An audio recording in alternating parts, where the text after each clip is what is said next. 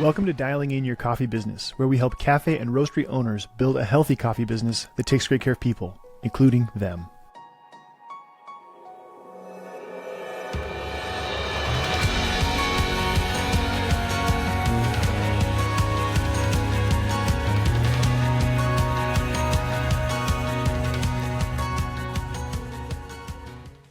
I'm Michael Ryan. I'm a certified business coach and consultant that helps cafe and roastery owners build a healthy coffee business that takes great care of people, including them.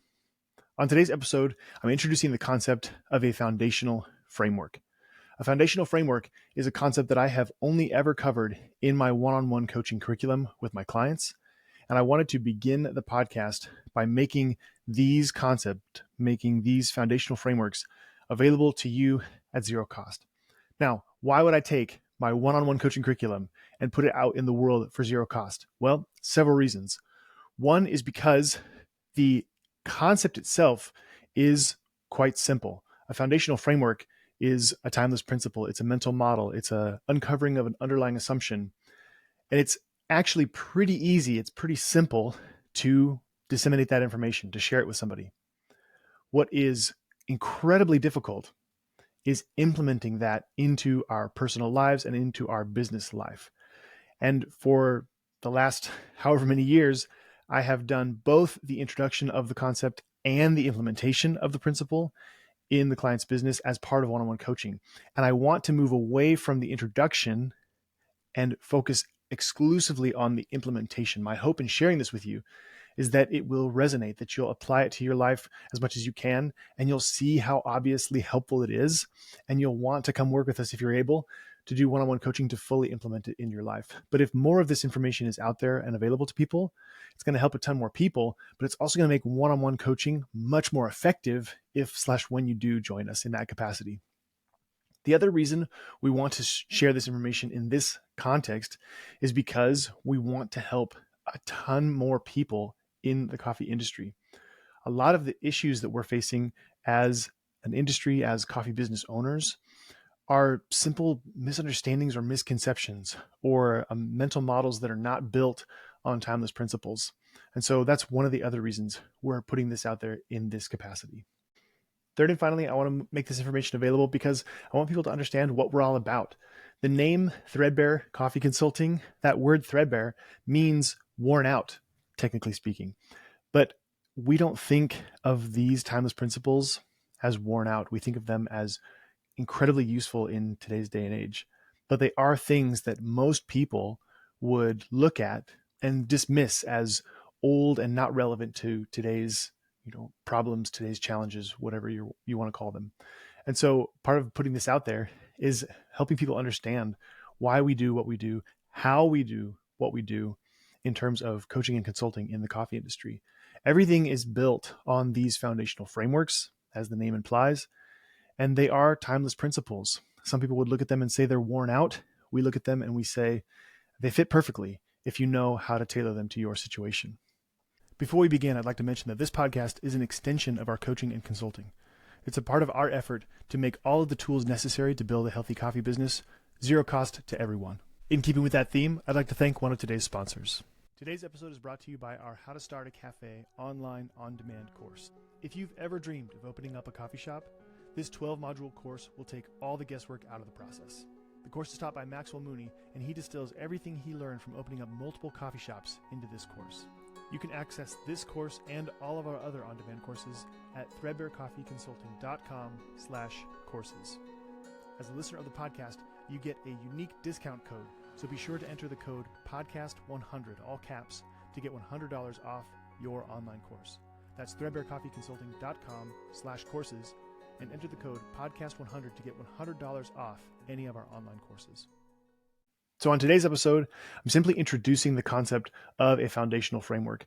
This is a term that we use, a term that we have coined to help articulate something that is incredibly complex, and we're trying to make it as simple as possible, but no simpler. Albert Einstein said you should try to make things as simple as possible, but no simpler. And so I'm going to walk you through kind of the main points, the corners, if you will, that make up the concept of a foundational framework. If you want to call to mind an image of a cube A cube geometrically is a pretty complex shape, not the most complex, but it's not that simple. It's three-dimensional. It's got a lot of things going on. And a cube has 4 corners on the top and 4 corners on the bottom, a total of 8 corners on every cube. And a foundational framework is like that. We're going to talk about the 8 corners of a foundational framework today to give you hopefully the most comprehensive, complete version of what a foundational framework is so that you can begin to apply it and implement it. So you begin to test it. Because one of the things that's true about all foundational frameworks is that they are self-evident. And by that I mean you can test it in your own life and you can see that it's true. You do not have to take my word for it. Please do not take my word for it. Test it in your own life and you will see that it makes a dramatic difference. Even if you don't think it will, I promise you it will. But what is this idea? What is this phrase, foundational framework, even mean? Well, there are 8 corners, like I mentioned, and I'm going to walk you through those 8 corners so you better understand what we mean when we say foundational framework. The most common phrase that's out there today that relates to a foundational framework, and this is sort of corner number 1, is a mental model. A mental model is a neuroscience term for a model, as it sounds, that our brain creates to better understand how the world works. A mental model is something the brain creates to understand how the world works. Most mental models are actually communicated via some sort of analogy. A mental model by itself, because we can't connect our brains, hardwire them together, we have to communicate them verbally. And the most common way of communicating a mental model from one person to another is to use an analogy. So for example, I have a mental model for how a healthy business works. You have a mental model for how a healthy business works. As a coffee business owner, you have to have one. That's how the brain works. Again, this is why these are timeless principles. These are universal principles. This is a function of how the brain works. Now, you may have never put words to your mental model. I do that for a living, so of course I have. But we both have a mental model. The question is simply, whose matches reality more closely? Whose is more helpful in the day in and day out of running a healthy business?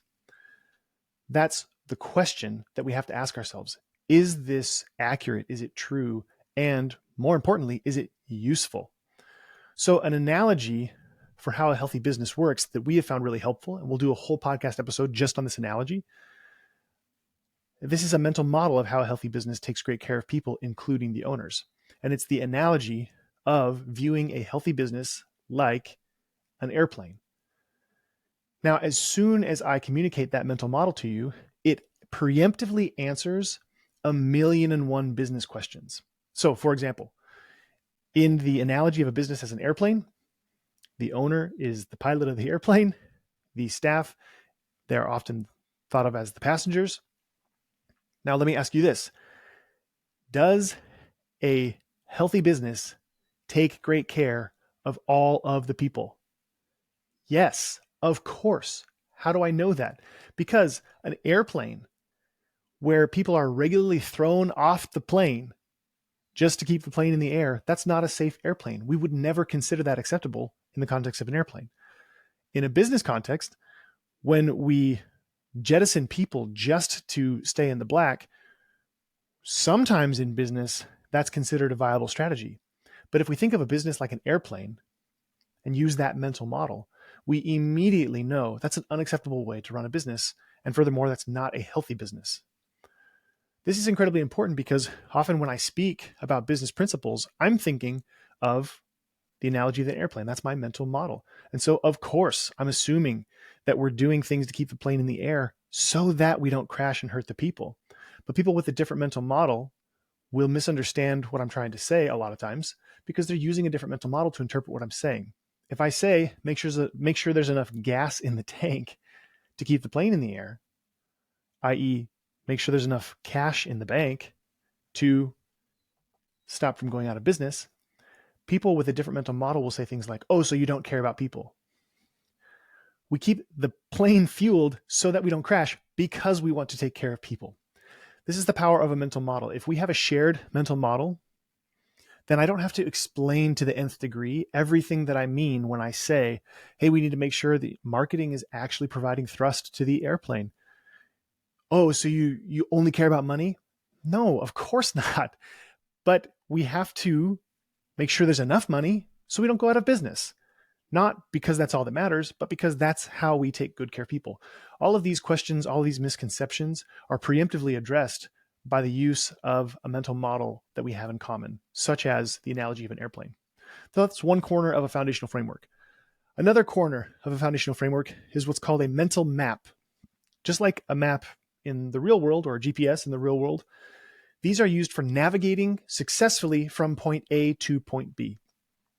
If you listen to a lot of the conversations we're having in the coffee industry, we're not actually disagreeing on where we currently are, point A. We're also not actually disagreeing on where we want to go, point B. What we are sometimes disagreeing on is the most successful path to navigate from point A to point B, and that is because we have different mental maps.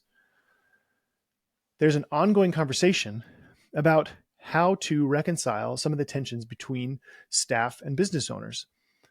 And one of the most successful mental maps for navigating these tensions are to implement compensation packages and structures that incentivize people to perform at a higher level. Now, as soon as I say that, business owners and staff members alike will just go crazy with the misunderstandings, the misconceptions. So that is based on me having a mental map in my mind for how to get from point A to point B, which we all agree on, we're here at point A, and we all agree we want to go here to point B, but we disagree about exactly how to get there. One of the beautiful things about an actual map is they are self-evidently useful. One of the reasons people stop using, say, Apple Maps and they switch to Google Maps is because, at least historically, people would actually arrive at the wrong destination when they used Apple Maps. Now, that may not be the case by the time you're listening to this. I just mean this as an example. Do you like Apple products? I do. Do you like an iPhone? I do. But Apple Maps would sometimes lead you to the wrong destination, and Google Maps led you to the correct destination. A mental map is only as valuable as it is both true and useful. Is it accurate? And does it get you actually to point A to point B, from point A to point B? So thinking of these foundational frameworks as mental maps is helpful because we can actually recognize, hey, I agree that people in the coffee industry are not generally fairly compensated. And I agree. I want to move to a sustainable industry where everyone is taken great care of. Owners, staff members, producers, and everybody in between. Precisely how we get there, though, is what I'd like to talk about. What we don't often realize is that if we can't parse this out a little bit more finely and add a little bit of nuance, we won't be able to have the conversation that we need to have. We agree that we're at point A, and that's less than ideal. We agree that we want to go to point B. That's more ideal. We might disagree on how to get there. The beauty here is that you can test the different maps and see which one actually gets you to point B. Just like Apple Maps sometimes would lead you to the wrong place. Well, you do that once or twice, and you have to realize my map is not working. My mental map is not accurate enough to get me from point A to point B. When we implement compensation structures that drive performance, it works every single time. What I mean to say is that mental map actually gets you from point A to point B. The reason I disagree, let's say, with other solutions is because I've tried them and they're dead ends. I've tried that map. It doesn't actually go where we think it should go. And so a lot of the things that I share are mental maps that I have learned and proven through experience and through implementation with my clients. But if you haven't done those things, you might not realize that your mental map is actually a dead end. And the one that I'm proposing does actually get us to point B, to where we all want to go in the first place.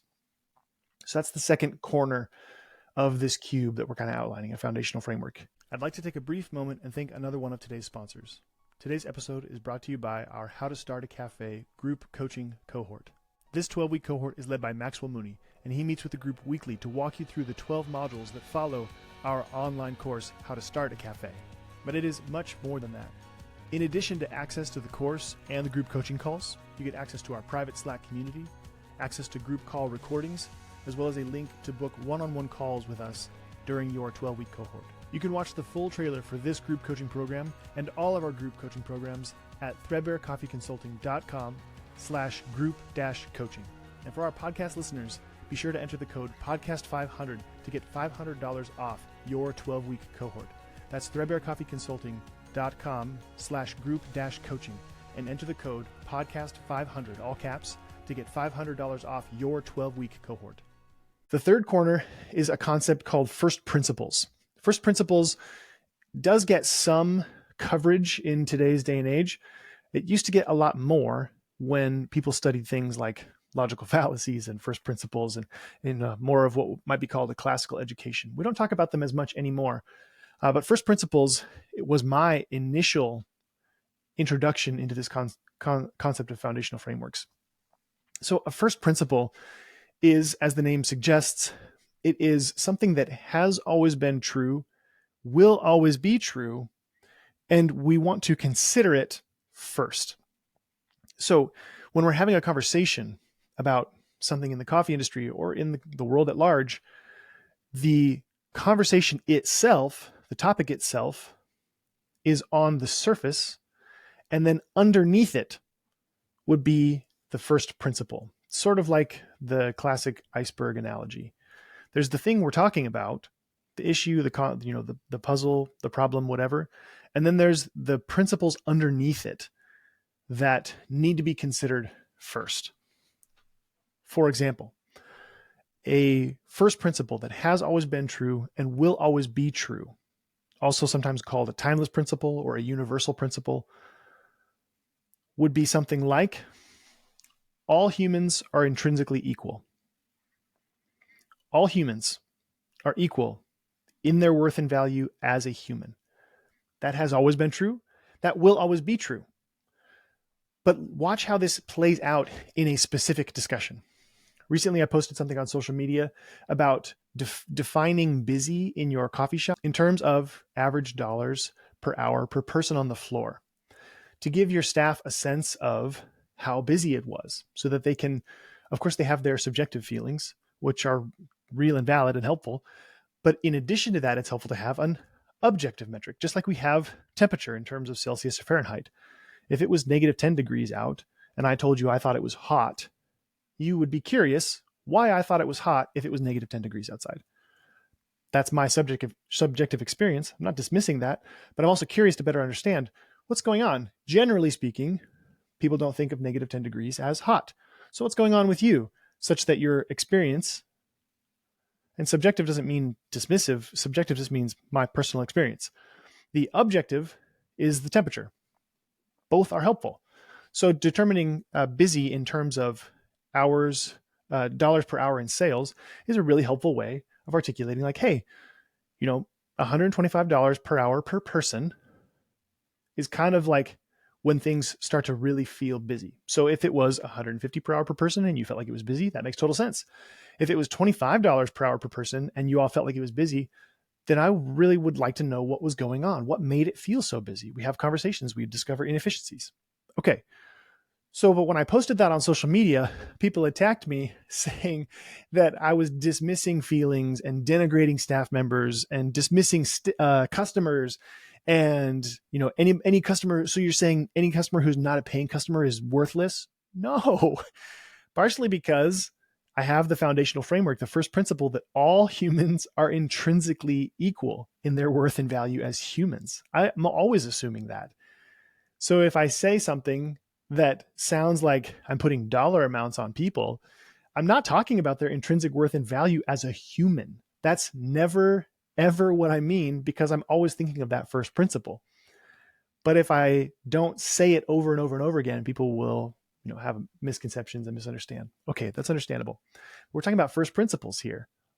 All humans are intrinsically equal in their worth and value as humans.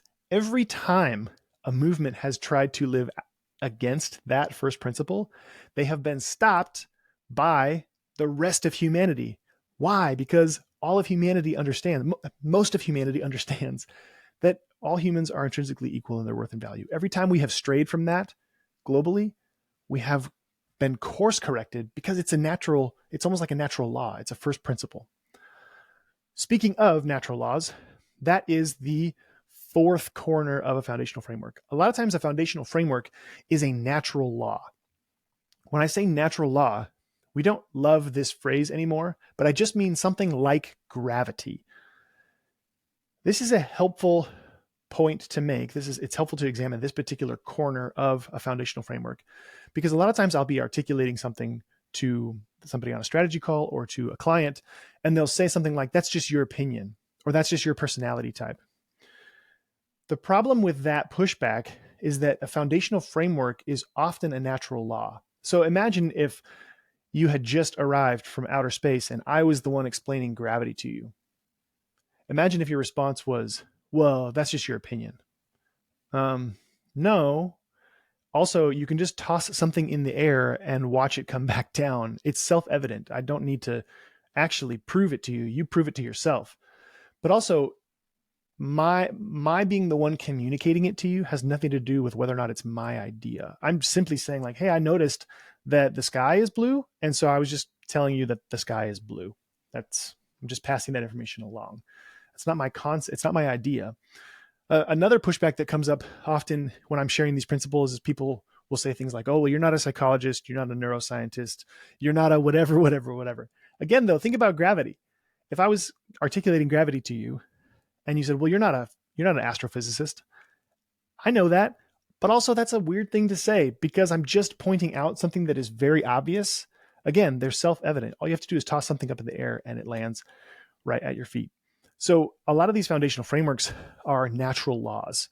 What I mean to say is they're self-evident and they are naturally occurring. And the fact that I'm not a domain expert in that particular thing is kind of missing the point. I'm sort of just saying, hey, have you heard of gravity? No? Well, it's a thing. And I'm just the one pointing it out to you. A great example in the realm of a foundational framework that we teach our clients is the 80-20 principle, also called the law of uneven distribution. Yikes, people hate that concept. Well, it's a lot like gravity. And by that I mean, left to its own devices, things parse out in generally an 80-20 distribution if we're not doing something to counteract it. Just like gravity, if you don't build a plane and get in that plane, then gravity is pretty much going to hold true. You can overcome it by building certain things to overcome it, but naturally that just occurs. What's fascinating though, especially with the 80-20 principle or any type of uneven distribution, is when I share it with people and they dismiss it as quote unquote my idea. None of these foundational frameworks are my idea. I'm simply telling you what I have learned over a decade plus of study and research. And I'm telling you what I teach my clients and what they find really, really helpful. The fact that I'm not an astrophysicist has nothing to do with whether or not gravity is a thing. Those are separate things. So I might not be a psychologist or a neuroscientist or an astrophysicist, but I'm still going to tell you things that I know are true, that are timeless principles or first principles. Indeed, some of them will be natural laws. Moving on to the fifth corner of a foundational framework. The word paradigm is more in our vernacular than it used to be, thanks to a few books, one in particular by the name Paradigm or Paradigms. But a lot of times we don't think about how those influence how we see the world. So a paradigm, for example, would be how you interpret or how you connect the dots of a given situation. If you grew up, let's say, in an agricultural paradigm, let's say you planted corn and soy, and that's how you grew up, you're largely going to view the rest of the world through an agricultural paradigm. This is why people who do come from an agricultural paradigm, stereotypically, not all, of course, stereotypically, do not enjoy things like social media for their business, I mean. Why? Because there's no place for social media in an agricultural paradigm. It doesn't really make any sense to somebody whose world that is. Let's say you come from a different background. Let's say you come from Detroit in its heyday when they were manufacturing cars. That would be an industrial paradigm. So you're going to view the world through that lens, that paradigm, and you're going to see things in a certain way. And it's all going to be influenced by the industrial paradigm that you grew up inside of. Let's say you were born and raised in a knowledge paradigm, knowledge industry, knowledge paradigm. where you're not paid for the work you do with your hands, like you might be in an agricultural paradigm, and you're not paid by the widgets you manufacture with your machines, like you would do with an industrial paradigm. You're paid for the information that you gather and how you make decisions with that information. It's a very different paradigm to exist inside of. Now, let's get really specific. When I say productivity, most people, most coffee business owners, load a mental model or a paradigm of an agricultural sense of productivity. More acres, more seed, more ears of corn, that kind of thing. And there is a very linear relationship between, going from 100 to 200 acres, from this, double the pounds of seed, double the ears of corn, right? Makes total sense because that's an agricultural paradigm. Industrial paradigms, kind of the same. You work the line for 4 hours, you make 100 cars. You work the line for 8 hours, you make 200 cars. It's twice as much. Makes total sense. Those things have linear relationships. But when we come at things with a knowledge paradigm or a knowledge industry paradigm, there is no linear correlation in productivity. In fact, in a knowledge paradigm, our most productive time is the first 3 to 5 hours each day. And after that, we actually don't just get less done, we actually undo the work we did in general. Here's what I mean. If you go to work for 3 hours, assuming you prioritize your time to actually work on important things, you will get a lot done. 3 to 5 hours, you'll get a little less done, but still get stuff done. And again, I'm assuming you're prioritizing your time. You're not just answering emails and doing busy work. From 5 to 8 to 10 hours, it's possible to undo all of the work you just did. Let me give you an example. Let's say you got a lot done in the first 5 hours of your day. And then at 5 hours and 30 minutes, instead of taking a break, maybe taking lunch, maybe just going for a walk, perhaps, you respond to an employee in a really denigrating, diminishing way. Because you're tired, because you're overwhelmed, because you're overworked. Best case scenario, you will have to go back and apologize, and that'll be the rest of that day. But that's not the sum total effect of that interaction. You might have lost trust with that employee. That employee might tell other staff members.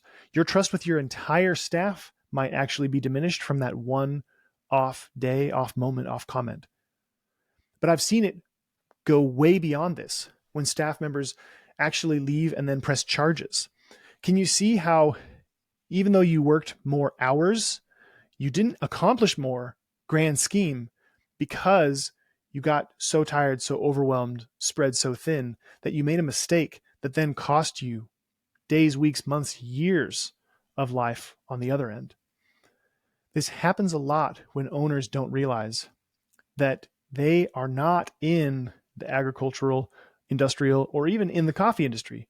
You're in the knowledge industry, and you need to create time and space and bandwidth to learn new things and also disseminate that information and also make great decisions with that information because you're in the knowledge industry. That's a foundational framework. That's a paradigm shift. I'd like to take a brief moment and thank another one of today's sponsors. Today's episode is brought to you by our one-on-one coaching program. Whether you're in the startup process or you've already opened up your cafe and roastery, our one-on-one coaching program is for people who are ready for a personalized touch and a proven process to follow. This 12-month program takes you through 3 major phases where we make sure you as the owner are flourishing, we make sure the business is flourishing, and finally we make sure the staff is flourishing. Not because staff is least important, but because this is the only process that actually works. When you join one-on-one coaching, you get access to all of our group coaching materials, including recordings and the private Slack community. In addition to that, you get a standing one-on-one meeting with us where we walk you through how to ensure that you are flourishing as the owner, how to ensure your business is flourishing, and of course, how to ensure your staff is flourishing. For one-on-one coaching, we prioritize people who have taken our courses and or joined our group coaching, but you can always reach out to us and schedule a strategy call so that we can be helpful and see if one-on-one coaching is a good fit for you. Just go to our website, threadbarecoffeeconsulting.com, and click the link to book a strategy call. The 6th corner I want to talk about is what we would call a worldview, or how you view the world, how you see the world. I work with a lot of owners, And a really common worldview is a scarcity mindset or a scarcity worldview. There's only so much money. There's only so much time. There's only so much coffee. There's only so many customers. We got to get our customers and make sure nobody else gets our customers. That's a scarcity mindset. It's a way of viewing the world. To contrast that would be an abundance mindset. Now, abundance is not naive optimism. I don't mean that. And frankly, scarcity is not, being realistic. That's not what scarcity means. Scarcity, if anything, is more pessimistic than realistic. But these two worldviews impact everything. So you should be beginning to see by now that these small things, these small changes, they change the way we see and do everything in our life and in our business. Abundance and scarcity mindset is a great example. These two worldviews dictate how you interpret everything you see in the world. If you believe there's only so much money to go around and you've got to get enough for you and your people, versus an abundance mindset would say, there is plenty of money floating around. It might not be distributed fairly. That's a thing, but there is enough of it. It's just locked up in places that we want to unlock it from. But even if we can't unlock it, we can always make more. That's an abundance mindset. And that is verifiably true and very obviously much more useful. When I say verifiably true, I mean you can pick any particular resource that people tend to think of as scarce. And if we were having a conversation, I would just walk you through either the history of that. And by that, I mean, we used to use tin for our cans. That's why we call them tin cans. But we don't do that anymore. Why? Because we were getting scarce on tin, but we switched to a different material. Anytime we've ever gotten scarce on a particular material, we've always just figured out a way to use something else. Now, maybe that material then became scarce, but then we have always figured out another thing we can use. What's interesting is that historically, a scarcity mindset doesn't hold up. It's very easy to verify that it's untrue, but it's also very easy to verify that it's not useful. When you meet somebody with a scarcity mindset, they're very graspy. By that, I mean, that's not even a word, but they try to grasp things and hold on to them. They're a little bit like a clingy junior high boyfriend or girlfriend who you want to break up with simply because they're so graspy. They're just trying to hold on to you.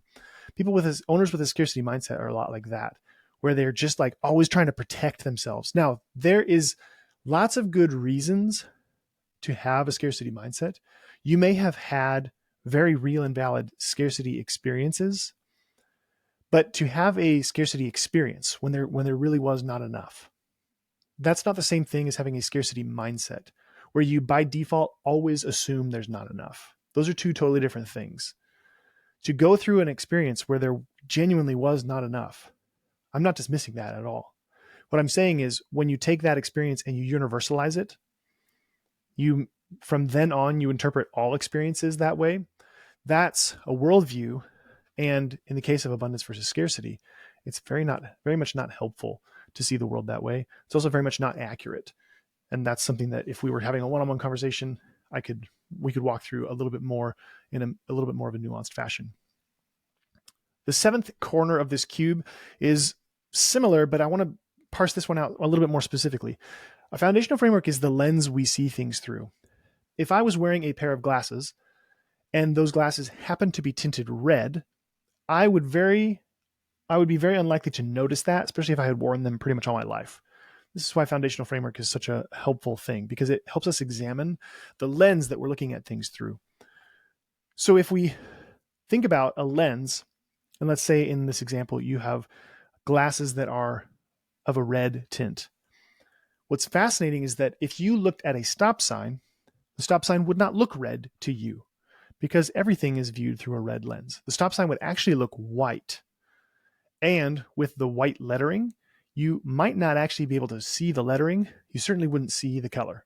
Now, in this sort of silly example, if I had red glasses and we were standing side by side looking at a stop sign, and you said, that's red, and I said, that's white, we could argue about who's right, right? No, it's red. No, it's white. No, I'm very sure it's red. No, I'm very sure it's white. On and on and on. The most fruitless discussion you could probably imagine. The issue, though, is I never paused to consider the lens that I was looking at the stop sign through. And we very rarely pause and consider the lens we are looking at things through. When I work with business owners one-on-one, I often have to encourage them to pause and examine the effectiveness of their approach in a myriad of domains. But when you are overwhelmed and overworked and you're feeling like the only way to keep up is to hurry, hurry, hurry and hustle, hustle, hustle, to have somebody say, hey, pause a second and let's examine the lens you're looking through. It's a very jarring suggestion, and a lot of people simply won't do it, especially if I'm not there to coach them and walk them through that experience. And I get it. I absolutely get it. That doesn't mean it's not necessary. It doesn't mean it's not incredibly helpful. And once you realize you tend to view the world through, quote unquote, red colored lenses, once you realize that, a lot of things that maybe didn't make sense before snap into focus. A lot of things you didn't realize were disagreements, were simply a function of you looking through, say, red colored lenses and the other person looking through, say, blue colored lenses. Nobody looks through clear colored lenses. Nobody sees the world as it is, quote unquote. Anybody who says that they see the world as it is likely deceived, because we all see things through a lens. We don't really see the world the way it is. We see the world the way we are. And that's a more helpful way of understanding our perception. And that's a helpful way of expressing the lens we see things through. All right, the eighth and final corner of this cube, so to speak, foundational frameworks are underlying assumptions. We all have underlying assumptions. The brain does not like open loops, as they're often called. And so we close those loops with assumptions. If we can't access the information, or if it's too cognitively demanding to access the information or parse it out or add nuance, the brain will just assume something. So a common assumption in the coffee industry especially is that all business owners are greedy and evil. It's my favorite one. Favorite assumption. A couple things that are problematic about this. Number one, it's not true. Number two, it's not useful. It's verifiably not true. It's also really easy to see how it's not useful to assume that every owner is greedy and evil. That can't possibly be true. 100% of owners cannot possibly be all greedy and evil. Are there some? Sure. Do they make up the majority? I doubt it. I haven't met very many in the years I've been doing coffee. And I think it's a little bit almost hilarious, if it wasn't so tragic, that people just default assume, and then they hold really tightly to that assumption.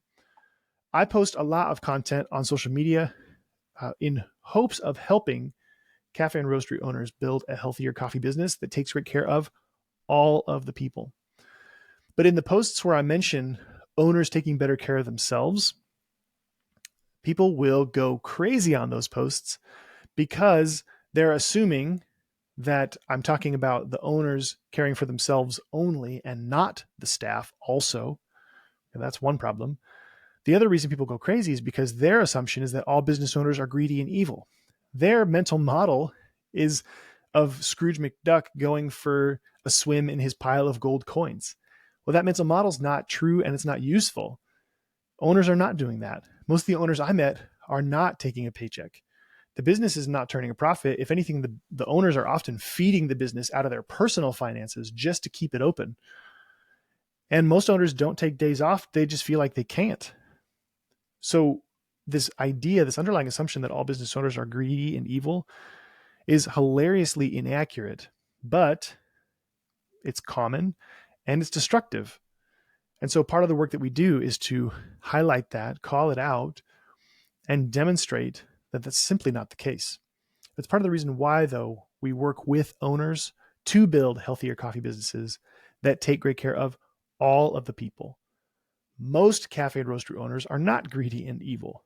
Most of them started their coffee business because they have a passion for people, for connection, for community, and of course for coffee. But the business side of things, they might not have had as much experience beforehand, or they might not have as much understanding. And so that lack of understanding leads to problems in the business. But if you assume those problems exist because the business owners are greedy and evil, that will lead you down a path that's ultimately a dead end.